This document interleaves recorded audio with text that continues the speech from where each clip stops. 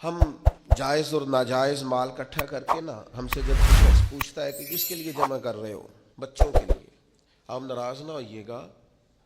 بچے تو بیچارے بالغ ہونے کے بعد کہتے ہیں ابا جی سے کہ وہ اگر آپ ایک پلاٹ بیچ دیں تو میں کاروبار کر لوں، تو وہ تو بیچ ہی نہیں رہے. تو شروع سے تو آپ کہہ رہے تھے بچوں کے لیے جمع کر رہا ہوں.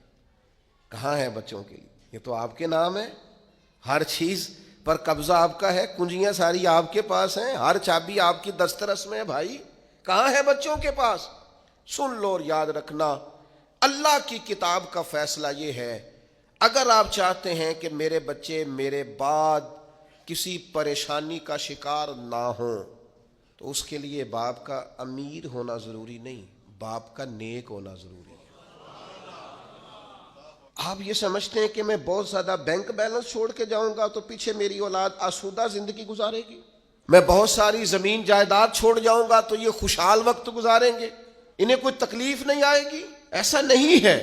قرآن مجید کا یہ فیصلہ ہے کہ آپ کے پیچھے آپ کے مال، آپ کی جان، آپ کی اولاد کی حفاظت تب ہوتی ہے جب آپ تقوی چھوڑ کے جاتے ہیں، پرہیزگاری چھوڑ کے جاتے ہیں، نیک نامی چھوڑ کے جاتے ہیں. یہ قرآن مجید ہے، یہ سورہ کہف ہے، یہ حضرت خضر علیہ السلام ہے. یہ ایک گاؤں میں گئے ہیں جناب موسیٰ کلیم علیہ السلام کے ساتھ. گاؤں والوں نے مہمان نوازی کوئی نہیں کی، لیکن اللہ کے ان پاک باز لوگوں نے ایک گرتی ہوئی دیوار سیدھی کر دی ہے. اور جب جناب خضر علیہ السلام سے پوچھا جاتا ہے کہ جناب آپ یہ گرتی ہوئی دیوار سیدھی کر رہے ہیں اور یہ لوگ وہ ہیں جنہوں نے پانی تک نہیں پوچھا، تو یہ قرآن مجید ہے.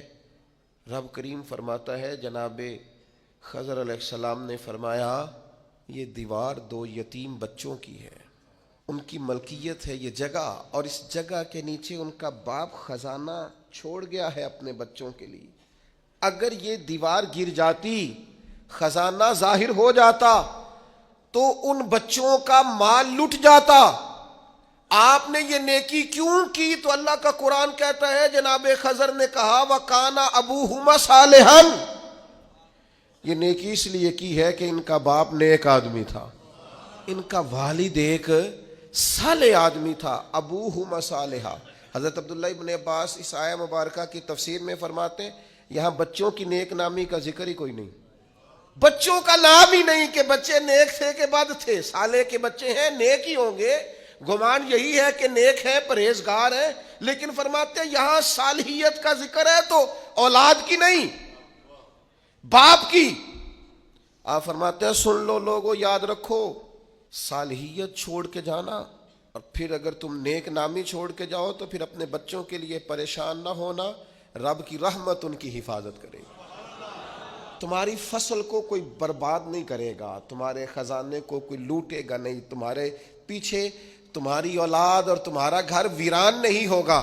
شرط یہ ہے کہ صالحیت چھوڑ کے جانا، تقوی اپنے پیچھے چھوڑ کے جانا، اپنے پیچھے نیک نامی چھوڑ کے جانا. حضرت عمر بن عبدالعزیز رحمۃ اللہ علیہ سے قبل جتنے بھی بادشاہ تھے کروڑوں اربوں کی جائیدادیں چھوڑ گئے وہ، لیکن ان کا حال یہ تھا کہ ان کی اولادیں ایسی شراب کباب میں الجھیں کہ دو بادشاہ تو ایسے تھے جن کے بچے جامع مسجد کے سامنے بھیک مانگا کرتے. اور جناب عمر بن عبدالعزیز رحمۃ اللہ علیہ نے آخری وقت میں اپنی بیوی کو کچھ نصیحتیں کرنا چاہیں تو وہ کہنے لگی اللہ تعالیٰ آپ کو آپ کی نیکیوں کی جزا دے، اولاد کے لیے کچھ نہیں کر سکے آپ، کچھ نہیں ہے ہمارے بچوں کے پیچھے. تو آپ نے فرمایا بلاؤ نا بیٹوں کو. تو بیٹے حاضر ہوئے تو حضرت عمر بن عبدالعزیز کہنے لگے بیٹا تمہارا باپ بزدل تھا، جائیداد نہیں بنا سکا، اسے معاف کر دینا. کہا بھاجی آپ بزدل کیا مطلب؟ تو ہر میدان میں ڈٹے رہے. فرمانے لگے میں بزدل تھا بیٹا، دوزخ سے ڈر گیا، جہنم کی آگ سے میں ڈر گیا. میں نہیں اپنے مالک کے عذاب کا مقابلہ کرنے کی سخت رکھتا تو میں ڈر گیا، تمہارے لیے کوئی ناجائز پیسہ جمع نہیں کر سکا. اپنے باپ کو معاف کر دینا، بس یہی روکھی سوکھی ہے جو چھوڑ کے جا رہا ہوں، قبول کرنا. تو جناب عمر بن عبدالعزیز کے بیٹے اٹھ کے اپنے والد کے قریب بیٹھ گئے، کہنے لگے ابا جی آپ پہ سلامتی ہو. پرانے بادشاہوں کی اولادیں گلیوں سے گزرتی ہیں تو لوگ دیکھ کے رخ پھیر لیتے ہیں، اور ہم جس گلی سے گزرتے ہیں لوگ کہتے ہیں نیک آدمی کی اولاد جا رہی. تو پرہیزگار آدمی کے بیٹے جا رہے ہیں، آپ کے نام سے جانے جاتے ہیں، تو ہمارا قد ناز سے اونچا ہو جاتا ہے، ہمارا سر فخر سے بلند ہوتا ہے۔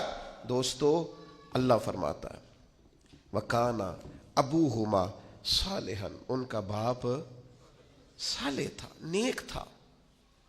گھر چاہتے ہو کہ پیچھے اولاد کو کوئی تکلیف نہ آئے، جانے کے بعد اولاد پر کوئی آزمائش نہ آئے، زمانے کی تیز دھوپ کی تپش انہیں نہ پہنچے، حالات کی شدت کا یہ شکار نہ ہو، پھر سرمایہ نہیں، مال نہیں، جائیداد نہیں، تقویٰ چھوڑ کے جانا، پرہیزگاری چھوڑ کے جانا۔